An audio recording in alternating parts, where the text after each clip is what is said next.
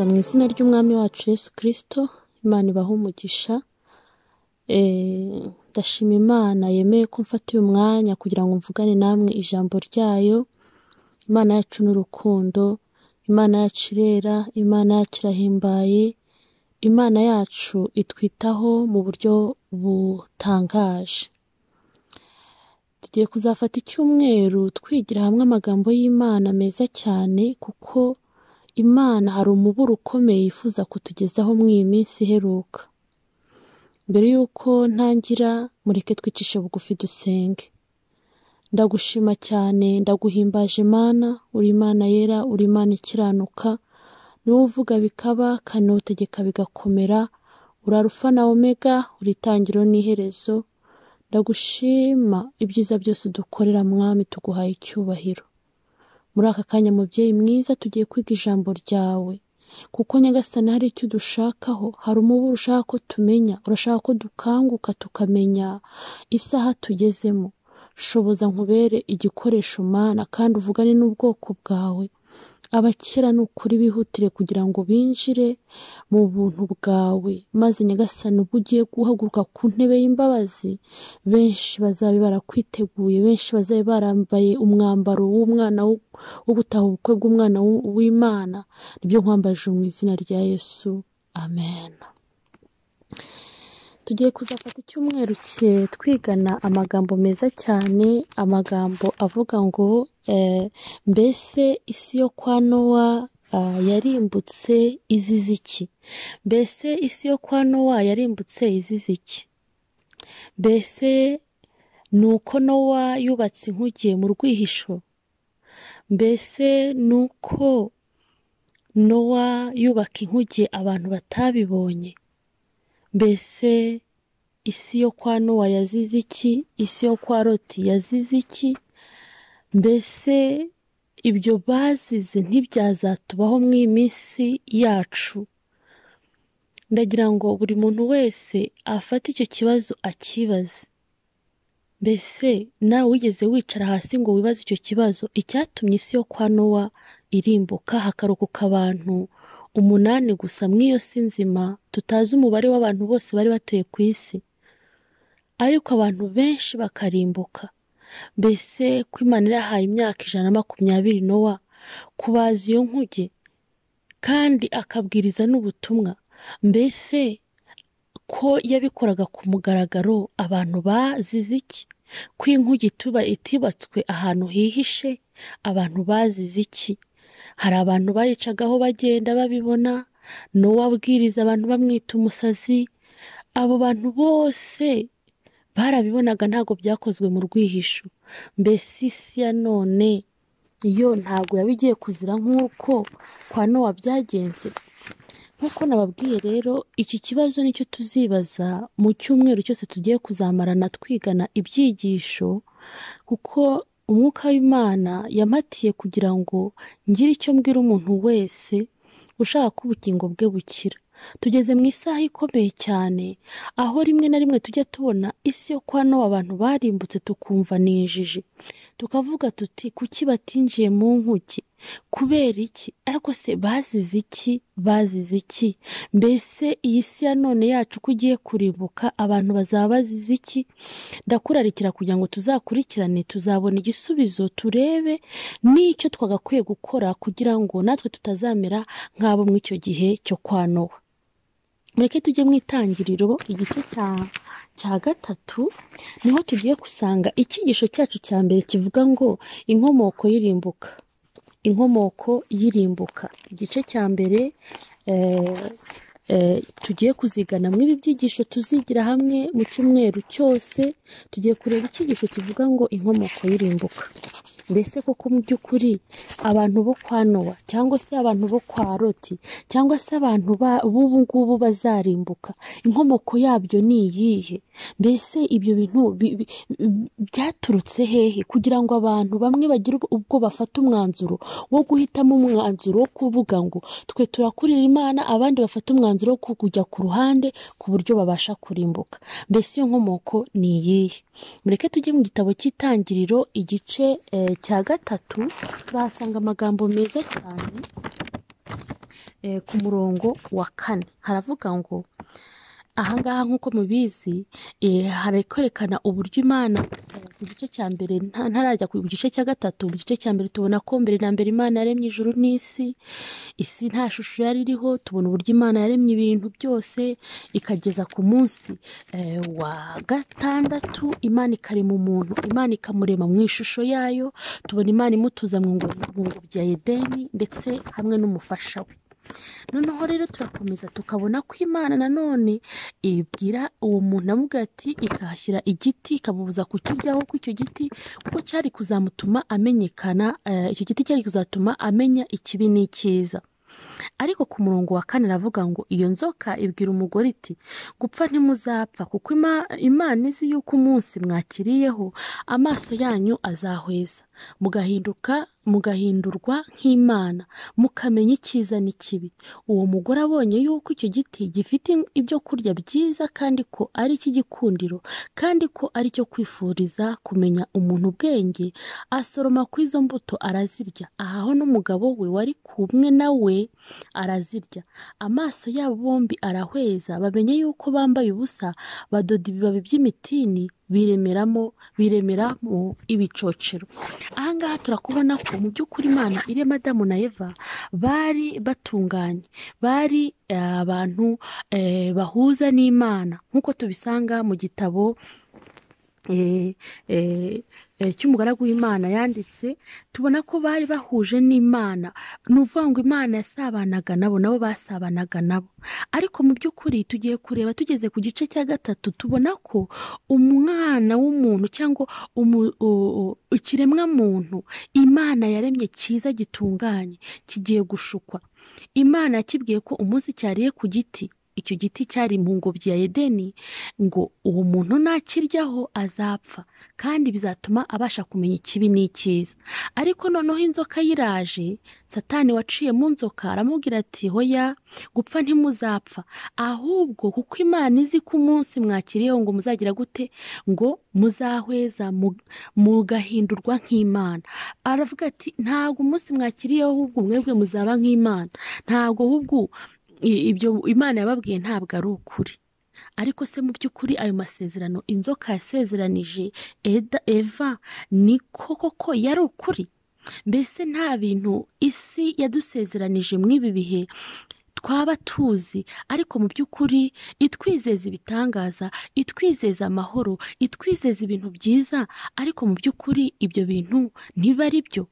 Kuko tumaze kubona ko bamaze kurya kw'izo mbuto bagiye kubona babona bambaye ubusa, bagiye kubona babona bambaye ubusa, barangije batangira kwidodera ibibabi ngo bambare, maze bambara ubucecuro. Ibyo Satani yabasezeranije bagiye kubona babona ntabwo ariko biri. Mureke dukomeze tugende mu gitabo cy'abakurambere n'abahanuzi. Turahasoma ku ipaji ya 14, ku ipaji ya 14 haravuga ngo Imana yifuza ko ibiremwa byayo byose byayikorera bifite urukundo, kuko bigenze bityo biba biyikorera ariko ari uko binyuzwe n'imico yayo. Imana ntinezezwa nuko abantu bayikorera ku gahato, kandi bose ibaha uburenganzira bwo kwihitiramo kugira ngo bayiyoboke ku bushake kandi bayikorere nta gahato. Ahangaha turabona ko ari igihe abantu bibaza ikibazo batari kubera iki Imana yemeye ko Adamu ageza ku rugero rwo gucumura, kuko Imana itamushyizemo ikintu cyo kugira gute, cyo kugira ngo ntazacumure ntazashukwe. Ariko ikintu tubonye hano Imana ngo yifuza ko ibiremwa byayo bikorera bifitiye urukundo.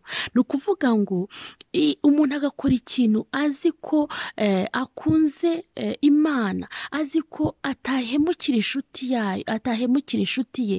Mu by'ukuri Imana ari nk'inshuti, akayikora ariko yikunze, akabikora ari uko anejejwe n'imico yayo. Ntabwo Imana yatugize nk'amarobo. Ndagira ngo nsubize icyo kibazo umuvandimwe cyangwa umuntu wese yabibaze wakibajije nk'uko nanjye nakibajije. Imana yacu ntifuza ko tuba nk'amarobo, ahubwo yifuza ko tuyikorera kandi tunyuzwe n'iki, n'urukundo, tuyikunda kandi noneho tunyuzwe n'imico y'Imana. ngo Imana ntinezezwa nuko abantu bayikorera ku gahato. Ntabwo Imana ishaka ko abantu bayikorera ku gahato nk'uko Satani abigenza. Hoya, ntabwo Imana aricyo biyinezeza. Kandi bose ibaha uburenganzira bwo kwihitiramo. Imana yatanze uburenganzira, ibuha Adamu na Eva, yabashyizemo ikintu cyitwa liberite, yabashyizemo ikintu cyitwa uburenganzira bwo kwihitiramo, kugira ngo bayiyoboke ku bushake kandi bayikorere nta gahato, kugira ngo bayikorere ku bushake kandi bayiyoboke nta gahato. Ariko ibyo ngibyo turabibona ko mu by'ukuri nitureba amateka y'isaho ubu tugeze, turabona ko ibintu byerekeranye n'ubushake, turabona ko byerekeranye na liberite, ibyo bintu byamaze kugira gute kuvanwaho, aho umuntu asigaye akora ikintu bakamubwira ati ugomba kugikora, nta mahitamo y'umuntu akiriho. Ariko bitandukanye n'Imana, Imana ntiyifuza ko tuyikorera kubera agahato, ahubwo yifuza ko tuyikorera ariko twabihisemo, twashimye imico yayo. Mbese mu by'ukuri inkomoko y'irimbuka ni iyihe? Twabonye ko mu by'ukuri Adamu yaremwe atunganye, ariko turangije tubona uburyo igihe cyaje kugera Adamu aza kugira gute, aza guhinduka, arangije akora icyaha, maze asanga yambaye ubusa. Umunezero bari bafite ubu urahindutse neza ndetse urononekaye. Mureke turebe noneho ibyahishuwe igice cya 12, duhere ku murongo wa 17. Tujye mu byahishuwe igice cya 12, tuhere ku murongo wa 17. Twumve amagambo Imana itubwira ngo icyo kiyoka kirakarira wa mugore, kiragenda ngo kirwanye abo mu rubyaro rwe basigaye bitondera amategeko y'Imana kandi bafite guhamya kwa Yesu. Ariko mbere yuko dusoma rino somo ry'umurongo wa 17, tubanze turebe mbese iki kiyoka bite byacyo, mbese cyavuye hehe, mbese byagenze gute, itangiriro ry'iki kiyoka bimeze bite. Ngo mu ijuru haba intambara, marayika Mikayeli n'abamarayika be batabarira kurwanya cya kiyoka. Ikiyoka kirwana n'abamarayika bacyo banesha, kandi mu ijuru habaho ahabo ntihaba hakiboneka. Cya kiyoka kinini kiracibwa, aricyo ya nzoka ya kera yitwa umwanzi na Satani, aricyo kiyobya abari mu isi bose, nuko kijugunywa mu isi, n'abamarayika bacyo bajuganwanwa nacyo. Tumaze kubona ko mu by'ukuri iki kiyoka nicyo cya kindi cya kindi cya kera aricyo Satani. Tumaze kubona uburyo mu ijuru habaye intambara. Bavandimwe, mu ijuru habaye intambara, mu ijuru haba intambara, ngo maze Mikayeli n'abamarayika be batabarira kurwanya cya kiyoka. Icyo kiyoka tumaze kubona ko ari Satani, icyo kiyoka ni wa mwanzi, nicyo kiyoka ni Satani, ngo kandi noneho kijugunywa mu isi. Icyo kiyoka kijugunywa mu isi, ngo hacyo ntihaba hakiboneka, kandi kijugunywe mu isi ngo cyajugunywe n'abamarayika bacyo.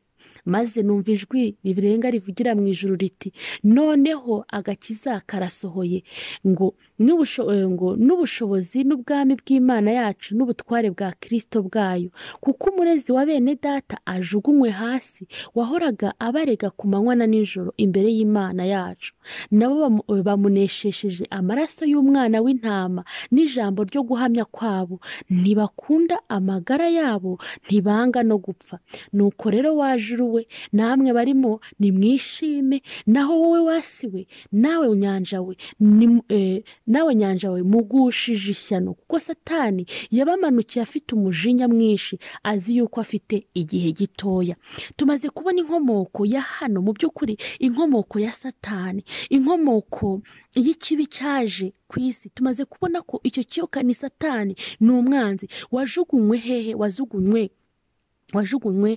mu isi, kandi ngo yaje arakaye. Bavandimwe, yaje arakaye, nta mikino afite, aje kugira ngo arimbure, aje kugira ngo asenye ibiriho, kuko ijambo ry'Imana rivuga ngo nuko rero wajuruwe, nawe abarimo nimwishime. Ariko noneho bageze ku isi, naho wowe wasiwe, nawe wanyanja we, mugushije ishyano, kuko Satani yabamanukiye afite umujinya mwinshi, azi yuko afite igihe gitoya. Satani afite igihe gitoya, yajugunywe mu isi azi ko mu by'ukuri igihe afite ni gitoya, niyo mpamvu yamanutse afite umujinya ashaka abazisasira, niyo mpamvu yamanutse afite umujinya ashaka abazarimbukana nabo, kuko yari amaze gucibwa mu ijuru, yari azi ko nagera no mu isi atazayitindamo, yari azi ko nagera no mu isi atazahamara umwanya, nabwo azarimburwa. Niyo mpamvu yamanutse afite umujinya mwinshi, aravuga ati ubwo mbuze ijuru noneho ngomba kugira icyo nkora kugira ngo omwe ninabura n'isi ariko hari abo tuzajyana. Bavandimwe munteze amatwi, ndagira ngo buri muntu wese yisuzume, buri muntu wese atega amatwi. Mbese mu by'ukuri isi yo kwa Nowa yaba yarazize iki? Mbese isi yo kwa Loti yaba yarazize iki? Mbese isi yacu ko igiye kurimbuka yaba igiye kuzazira iki? Mureke tugende mu gitabo cya Ezekiyeli turebe mu by'ukuri uyu muntu cyangwa uyu muntu wacumuye, uyu muntu wacumujwe na Satani. Mbese Satani byagenze bite kugira ngo nawe azwe mu kibi? Mureke tujye muri Ezekiyeli igice cya 28 tuharebe igisubizo kitwereka uburyo Satani nawe mbese ibyagenze bite kugira ngo arende acumura agoshwe mu isi. Duhere ku murongo wa 12 haravuga ngo, ku murongo wa 12 haravuga ngo mwana w'umuntu, curira umwami w'Itiro umuborogo umubwire uti umva uko umwami w'Uwiteka avuga ngo wari intungane rwose, wuzuye ubwenge n'ubwiza buhebuje, wahoze muri Edeni y'ingobyi y'Imana, umwambaro wawe wari ibuye ryose ry'igiciro cyinshi, Odemu na Petida na Yoharamu na Tarushishi na Shohamu na Yasipi na Safiro na Nefekina na Berekiti n'izahabu, ubuhanga bwo kubaza amashako n'imyironge bwari iwawe. Mu munsi waremweho byose byari biringaniye, wari warasigiwe kugira ngo ube umukerubi utwikira, kandi nagushyizeho kugira ngo ube ku musozi wera w'Imana. Wagenderaga hagati y'amabuye kugira ngo umukerubi watwikiraga, kandi nagushyizeho kugira ngo ube ku musozi wera w'Imana.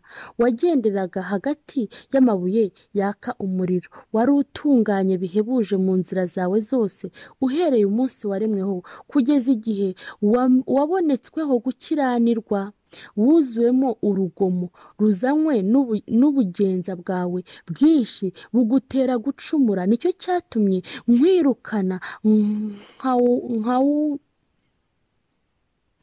nk'uwanduye nkagukura ku musozi w'Imana. Narakurimbuye wa mukerubi we utwikira we, ngukura hagati y'amabuye yaka umuriro. Ubwiza nibwo bwateye umutima wawe kwishyira hejuru, kubengerana kwawe niko kononye ubwenge bwawe. Nakujugunye hasi ngutangariza imbere y'abami kugira ngo bakwitegereze.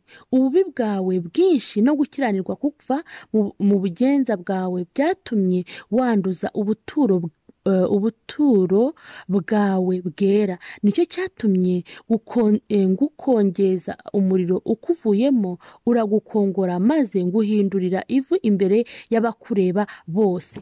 Ahangaha turi gusoma uburyo mu by'ukuri icyateye umukerubi, uriya mukerubi watwikiraga, wacaga hagati y'amabuye yaka umuriro, icyamuteye kugira gute gucumura. Icyamuteye nuko ngo yari mwiza, ngo yari ateye iki, yari mwiza, ariko ubwo bwiza bwatumye agira ubwibone. Bavandimwe, nk'uko nari maze kubibabwira, Satani amaze gucibwa mu ijuru ntabwo yamanutse mu isi ngo aseke cyangwa wenda ngo anezezwe n'ibiyirimo, ahubwo yari amanukanye umujinya ukomeye, yamanukanye ubugome bukomeye, yamanukanye uburakari, yamanukanye avuga ati ndabizi n'isi ntabwo ndi buyirambeho, niyo mpamvu ugomba gukora igishoboka cyose, icyo mpasanze cyose ndagira gute, ndagihungabanya, icyo mpasanze cyose ndashaka kukigira urwisasiro. Mureke dukomeze mu gitabo cy'abakurambere n'abahanuzi kuri ya paje ya 14 turebe uburyo umunezero w'abantu bari bameze neza bataracumura wagiye uyoyoka. Ariko uwo munezero warahindutse ubwo na Adamu na Eva ubwo bamaze kugira gute, bamaze gukora. baba bamaze gucumura mumbabare igihe bari bamaze gucumura ngo ariko umunezero warahindutse habonetse uwononye umutekano Imana yari yarahaye ibiremwa byayo icyaha niwe cyakomotseho kandi niwe Mana yari yarakujije imuha gusumba abo mu ijuru bose uretse Kristo. Rusuferi umwana w'umuseke nk'uko tubisoma muri Yesaya igice cya 14 umurongo wa 12 yari intungane kandi yari umuziranenge. Umva uko umwami w'iteka avuga ngo wari intungane rwose wuzuye ubwenge n'ubwiza buhebuje nk'uko tumaze kwisoma muri Ezekiyeli. Wari ku musozi wera w'Imana wagenderaga hagati y'amabuye yaka umuriro. Wari utunganye bihebuje mu nzira zawe zose uhereye umunsi waremweho ugeze igihe wabonetswemo gukiranirwa mumbabare gukiranirwa. Ahangaha turi kubona ko mu by'ukuri Satani nawe yari ikiremwa kihebuje kinejeje ariko kubera ubwiza nk'uko twabisomye muri Ezekiyeli 28 duhere ku murongo wa 12 ubwiza bwatumye agira ubwibone, ubwiza bwatumye yishyira hejuru, maze ubwo bwiza Imana yamuhaye butuma abasha kuzanwamo ikibi, maze tubona ko mu ijuru ngo haba intambara, maze ngo cya kiyoka ngo kijugunywa mu isi ndetse gisugunywa n'abamarayika bacyo. Icyo kiyoka rero kigeze mu isi nk'uko twabibonye tumaze kubona ko mu by'ukuri cyajugunywa mu isi gifite umujinya, kirakaye, kiza kije kugira ngo kibashe kubuza amahoro umuntu wari uri mu isi, kibashe kubuza amahoro Adamu na Eva bari batunga banejeje babana n'Imana kandi basabana. Ariko se bavandimwe, mbese isi yo kwa Nowa, isi yo kwa Loti baba barazize iki? Turi kureba icyigisho cya mbere nk'uko twabibone, turi kureba inkomoko y'irimbuka. Mbese inkomoko y'irimbuka ni iki? Tumaze kubona ko mu by'ukuri ikibi cyatangiye kuza kizanywe na Satani akinjiza mu bakurambere bacu. Abo bakurambere bacu bari banezerewe bafite ibyishimo, banezeranywe n'Imana, ariko bamaze kwakira cyangwa bamaze kwemerera ko Satani abashuka, batangira guhura n'ingorane, batangira kwiremeraho ibicocero. Ngo ni ruto Rusuferi yifujije kwishyira hejuru, ubwiza bwe bwateye umutima we kwishyira hejuru nk'uko maze kubibasobanurira. Kubengerana kwe niko kononye ubwenge bwa Satani. Uko kubengerana, ubwo bwenge Imana yari yahaye Satani nibwo bwatumye Satani agira gute abasha kononekara mu bwenge. Ngo maze ngo Satani aribwira ngo nzazamuka njye mu ijuru nkuze intebe yanjye y'ubwami isumba inyenyeri z'Imana, nzaba nk'isumba byose. Satani ntiyanyurwa no kumva ko ari umukerubi ufite ubwiza, ufite ubwenge, ukomeye, ndetse n'ibindi biremwa cyangwa n'abandi bamarayika baramwubahaga, ariko yumva ibyo ntibihagije. Arangije ngo azamura intebe ye ngo arashaka kuba nk'isumba byose. Mbese bavandimwe, ntabyo muri kubona aho abantu bari gushaka kumera nk'isumba byose? Umuntu yaremwe mu ishusho y'Imana, umuntu atunganye, afite uburenganzira bwo guhitamo, ariko noneho turi kubona ko bwa burenganzira bwamaze kuvanwaho. Ubu ngubu noneho ugomba gutegeka icyo ugomba gukora. Bavandimwe mu nteze amatwi, turi kubona ko uburenganzira umuntu yaremanywe bwatangiye kuvanwamo. Abantu basigaye bavuga ati natwe tubasha kurema, natwe tubasha gukora iki ngiki. Mbese bavandimwe, ntimubona ko Satani yamaze gufata icyicaro mu isi? Mbese ntacyo umwuka w'Imana ari kukwereka? Ntubona ko tugeze ahantu harindimuka? Ntubona ko tugeze mu isaha ikomeye cyane, isaha isaba ubwenge? Mbese abo kwa Nowa baba barazize iki? Nuko se Nowa yubatse inkuge batareba? Mbese muvandimwe, Nowa yubatse inkuge yihishe? Hoya, ahubwo se bazize iki? Mbese irimbuka ry'isi ya none abantu bazarimbuka bazaba bazize iki? Mbese muvandimwe unteze amatwi, aho waba ureba aho isi yacu igeze, waba ureba isaha tugezemo, waba ureba isaha ya gihanuzi duhagazemo. Ngo maze Satani aravuga ngo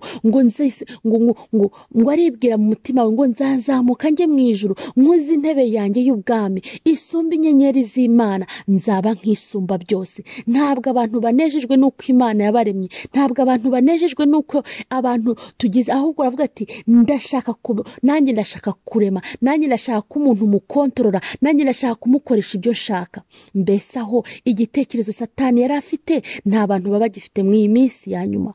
ariko muvandimwe unteze amatwi, mbese waba uri kureba inkomoko y'ikibi? Waba uri kureba inkomoko y'irimbuka? Dukomeze tugende ku murongo muri Yesaya igice cya 14 umurongo wa 13 kugeza 14. Muri Yesaya igice cya 14 duhere ku murongo wa 13 tugeze ku murongo wa 14, turebe amagambo meza cyane tuhasanga, turebe uburyo Imana iri kugenda idusobanurira uko inkomoko y'ikibi n'inkomoko y'irimbuka yaje mu isi yacu. Igice cya 14 umurongo wa 13 haravuga ngo waribwira guti nzazamuka njye mu ijuru nkuze intebe yanjye n'ubwami isumba inyenyeri z'Imana, kandi iti nzicara ku musozi w'iteraniro mu ruhande rw'impera y'ikasikazi, nzazamuka ndengaho ibicu bigarukira, nzaba nk'isumba byose. Ariko uzamanuka ikuzimu ugere ku ndiba ya rwa rwobo. Ahangaha turabona ko ibyo Satani yibwiraga mu by'ukuri ntabwo ariko byagenze, ahubwo tubona ko Mikayeli n'abamarayika be barwandiye kugira ngo barwanye Satani. Kandi n'ubundi Mikayeli ntabwo yicaye, n'ubu hari intambara iri mu isi, iri ntambara y'ikibi n'icyiza. Iyo ntambara niyo mpamvu ugomba kugira uruhande uhagararamo. Mbese muvandimwe uhagaze ku ruhande rwande? Mbese uhagaze ku ruhande rwa Rusuferi, ku ruhande rw'uyu mukerubi wari mwiza ariko agashaka kuba nk'isumba byose, ntanyurwe n'uko ari? Mbese cyangwa se uhagaze ku ruhande rwa Mikayeli? Muvandimwe, Imana yaguhaye ubwenge, yaguhaye amahitamo. Imana ishaka kuyikorera ari wowe ubikuye ku mutima, nk'uko twabisomye mu bakurambere n'abahanuzi kuri paji ya 14. Reka nsubire muri ayo magambo ngo Imana yifuza ko ibiremwa byayo byose biyikorera bifite urukundo, kuko bigenze bityo biba biyikorera ari uko binyuzwe n'imico yayo. Imana yifuza kuyikorera ari uko ari wowe ubihisemo, ufitiye urukundo Imana. Ngo Imana ntinezezwa n'uko abantu bayikorera ku gahato, kandi bose ibaha uburenganzira bwo kwihitiramo kugira ngo bayikorere, bayiyoboke ku bushake, kandi bayikorere nta gahato. Imana yacu ntabwo ikoresha gahato, ariko Satani we yaje mu isi kugira ngo avaneho uwo mudendezi Imana yaduhaye, maze abashe gukoresha abantu agahato, abashyiraho agahato icyo bakwiye gukora n'uburyo bakwiye guhitamo. Kandi ibyo ngibyo nkubwira nibyo turimo, nawe urabibona. Nta burenganzira, abantu basigaye bashaka gutekererezwa. Kanaka niko bimeze, mbese kanaka yabikoze, mbese niba hari umuntu umuyobozi runaka yabikoze, ubwo nuko bigomba. Mbega ntiwitekereze ngo ubashe gukoresha amahitamo yawe. Mureke dusoreze ku magambo avuga ngo umwami w'ijuru n'isi ateraniriza abamarayika be hamwe kugira ngo abereke icyicaro nyacyo umwana we yari afite, kandi anabereke n'isano iri hagati ye n'ibyaremwe byose. Umwana w'Imana yari asangiye ingoma na se, kandi icyubahiro cy'Uwiteka nyir'ibihe byose cyari kibazengurutse bombi. Abamarayika b'intungane bari bagose intebe y'Imana, inzovu n'uduhumbagiza. Ngo nuko umwami atangariza abo mu ijuru bose ko nta wundi washobora kumenya imigambi ye uretse Kristo wenyine, kandi akaba ari nawe gusa washobora gusohoza ubushake bw'Imana. Kristo kandi niwe wagombaga gukoresha imbaraga z'Imana arema isi n'ibiyirimo. Ahangaha tubona ko mu ijuru Imana iteranya abamarayika, iravuga ati mu by'ukuri nubwo Rusuferi yishyize hejuru, nta wundi ukwiriye kumenya umugambi wanjye, nta wundi ukwiriye kumenya ibiri mu isi usibye Kristo. Ariko Rusuferi we yishyize hejuru kugira ngo yimenyekanishe, agira ishyari umwana w'Imana, yagira ishyari Yesu. Aravuga ngo nzaba nk'isumba byose. Ibyo rero nibyo byatumye abasha kumanurwa mu isi, maze isi yacu igwisha ishyano, maze inkomoko y'irimbuka ibitangiye kuza ku isi. Ariko kandi tubonye ko Imana, ngo Kristo niwe wagombaga gukoresha imbaraga z'Imana arema isi n'ibirimo byose. Kristo niwe wagombaga kuba ari we ubasha kuba akoresha imbaraga z'Imana kurema ibiri mu isi. Ngo nuko ku isubi ibanza aravuga ngo nuko uwo mwumvikana uhebuje wo mu ijuru aba arasenyutse. Mu nama yo mu ijuru abamarayika bingingira Rusuferi kwihana. Umwana w'Imana amwereka ubwiza n'ubutabera bw'umuremyi na kamere idahinduka y'amategeko ye. Rusuferi yerekwa ko guteshuka ku mutegeko y'Imana byamuviramo kutubaha umuremyi we ndetse bikamurimbuza. Ariko kubibwirwa gushingiye ku mbabazi n'urukundo rutagira akagero byamubyukirije ubwigomeke gusa. Rusuferi yemeye kuneshwa n'ishyari yagiriye Yesu maze yiyemeza gusohoza umugambi we. Muvandimwe unteze amatwi, tumaze kureba inkomoko y'ikibi Rusuferi ko yagiriye ishyari umwana w'Imana, maze ariko mu by'ukuri nubwo Imana ngo yamujugunye mu isi yarabanje kumwereka imwereka amategeko yayo ndetse imwereka ubutabera. Iramubwira igerageza kugira ngo Rusuferi yisubireho, ahubwo kugira ngo Rusuferi yisubireho ngo byamwujuje kwigomeka, ngo byamwujuje gukomeza umugambi we, maze ngo Satani Rusuferi aneshwa n'ishyari yagiriye Yesu Kristo. Kandi twabonye ko Kristo nta wundi wagombaga kurema usibye Kristo, nta wundi wari ufite ubushobozi cyangwa ubutware bwo kumenya iby'Imana usibye Kristo. Muvandimwe rero, tumaze kubona inkomoko y'ikibi, tuzakomeza twiga ibyigisho twibaza tuti mbese isi yo kwa Nowa icyatumye irimbuka ni iki? Nuko Nowa yubatse inkuge bose batareba. Imana igufashe kandi Imana iguha amaso y'umwuka, ubashe kumenya isaha tugezemo, ubashe kumenya ko Satani nta mikino afite, ariko icyo agambiriye ni ukurimbura. Azi ko igihe afite ari gito cyane, azi ko igihe asigaranye ari gito cyane. Niba yaraciwe mu ijuru, agiye gucibwa no mu isi, agiye kurimbuka kandi azarimburanwa n'abamarayika be, azarimburanwa n'abamukoreye. Muvandimwe, tangira ufate umwanzuro hakiri kare, kuko Yesu Kristo ari hafi kurimbura icyaha n'igisa nacyo. Imana igushoboze, nibyo nkwambarije mu izina rya Yesu. Amen. Mureke dusenge. Urakoze Yesu, urakoze kubw'amagambo yawe meza. Umaze kutwereka inkomoko y'ikibi, inkomoko y'irimbuka Data. Nitwifuza kuzarimbukana na Satani. Duhe imbaraga Yesu, duhe umwuka wera, duhe kunesha. Kristo yaje mu isi kugira ngo abashe kutuneshereza uyu mwanzi. Dushoboze uduhe kumwakira kandi tubashe kugendera mu mucyo twabonye. Nibyo nambaje mu izina rya Yesu.